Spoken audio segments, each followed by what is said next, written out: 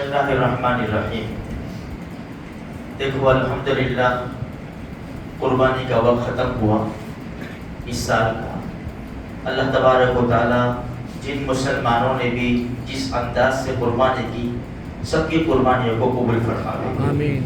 یہ قربانی کا وقت کون سا ختم ہوا؟ جانور ذبح کرنے کا قربانی کا وقت ختم ہوا، ورنہ مسلمان کے جسم کے اندر جب تک جان ہے نا اس کو قربانی دینی پڑے گی، جان اور مال کی۔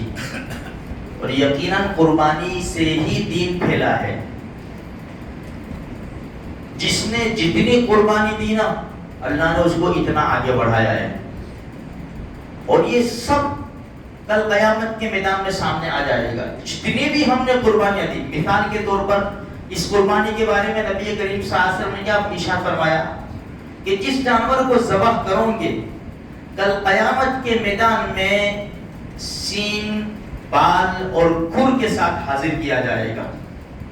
اب دیکھو میرے بھائیوں، خالی اندازہ لگاؤ، اگر ہم 10 سال سے 15 سال سے 20 سال سے 25 سال سے قربانی کر رہے ہیں، ہماری طرف سے ایک ایک جانور لے لو، تو کل قیامت کے میدان میں جتنے سال ہم نے قربانی کی موت تک، بس جن کے اوپر نہیں ہے وہ تو معذور ہے نا، ان کو تو کوئی کچھ بھی نہیں ہوگا، اللہ ان کو ان کی نیتوں کے اوپر ثواب دے دے گا۔ جسے آتا ہے نا کہ بھئی اگر میرے پاس بھی مال ہوتا نا تو میں بھی اللہ کے راستے میں خرچ کرتا، یہ نیت اس نے کی، خرچ تو کیا نہیں ہے لیکن ثواب مل جائے گا۔ اسی لیے بہت سارے مسلمان جن کے پاس صلاحیت نہیں ہے قربانی کرنے کی، استعداد نہیں ہے، لیکن جب جانوروں کو دیکھتے ہیں نا تو کیا کہتے ہیں، یار اگر اللہ پاک مجھے بھی دینا ہے تو میں بھی انشاءاللہ ایسے ایسے جانور ذبح کروں گا، بس خلاص اس کو اس کا ثواب ملا۔ تو خیر، اب ایک انسان نے اپنی زندگی میں 20 سال 25 سال 30 سال 50 سال قربانی کی، اب یہ 50 سال کا ایک ایک جانور گنو تو 50 جانور حاضر کر دیے جائیں گے۔ کہنے کا مقصد یہ ہے میرے بھائیوں، جب مسلمان خوش دلی سے قربانی کرے گا نا، صرف ایک قربانی دیکھ لو تو کیا خیال ہے، اللہ اس کو سزا دے گا، اللہ اس کو جہنم پہ ڈالے گا، ہے میرے بھائیوں۔ تو جب اللہ تبارک و تعالیٰ کے نام کے اوپر قربانی کرنے کا حکم ہو، کسی لائن سے بھی اس کو چوکو مت، جو بھی اللہ کا حکم ہو خوش دلی سے اس کو پورا کرو، اس لیے کہ کل قیامت کے میدان میں حاضر ہوگا۔ اب دیکھو اللہ کی قدرت دیکھو، اللہ کی طاقت دیکھو۔ بھائی ہمارا وہاں ایک بکرا ذبح ہوا، کلیجی بنی، گھر کے 5-6 ممبروں نے کھا لی، ایک کلیجی میں 5-6 ممبروں نے کھا لیا، ایک بکرے کے پائے کہیں گئے، سیڑھی کہیں گئی ہے، اور پتہ نہیں پھیپڑا کہیں گیا، اور تلی کہیں گئی، اور پتہ نہیں چاپ کہیں گئی، بھیجا، سب تقسیم ہو گیا ہے نا۔ انسان کا ذہن کام نہیں کرتا نا، لیکن اللہ کیا کہتا ہے، جس جانور کا جو حصہ ہے نا وہ حاضر کیا جائے گا۔ یہی ابراہیم علیہ السلام کے قصے میں ہے، تیسرے بارے میں، وَإِذْ قَالَ إِبْرَاهِيمُ رَبِّ أَرِنِي كَيْفَ تُحْيِي الْمَوْتَى۔ ایک مرتبہ ابراہیم علیہ السلام بول اٹھے، اللہ یہ سب مر جاتے تھے، تو زندہ کیسے کرے گا؟ فوراً آواز آئی، اولم تؤمن، یقین نہیں ہے آپ کو؟ اللہ کی خلیل ہے نا، یقین نہیں ہے؟ قال بلا، رب کیسے ہو سکتا ہے مجھے یقین نہ ہو؟ ولکن لیطمئن قلبی، لیکن آنکھوں سے دیکھ لوں تو ذرا اطمینان ہو جاوے، دل کو اطمینان ہو جاوے۔ اللہ نے فرمایا ٹھیک ہے، یہ ہمیں سمجھانے کے لیے ہے۔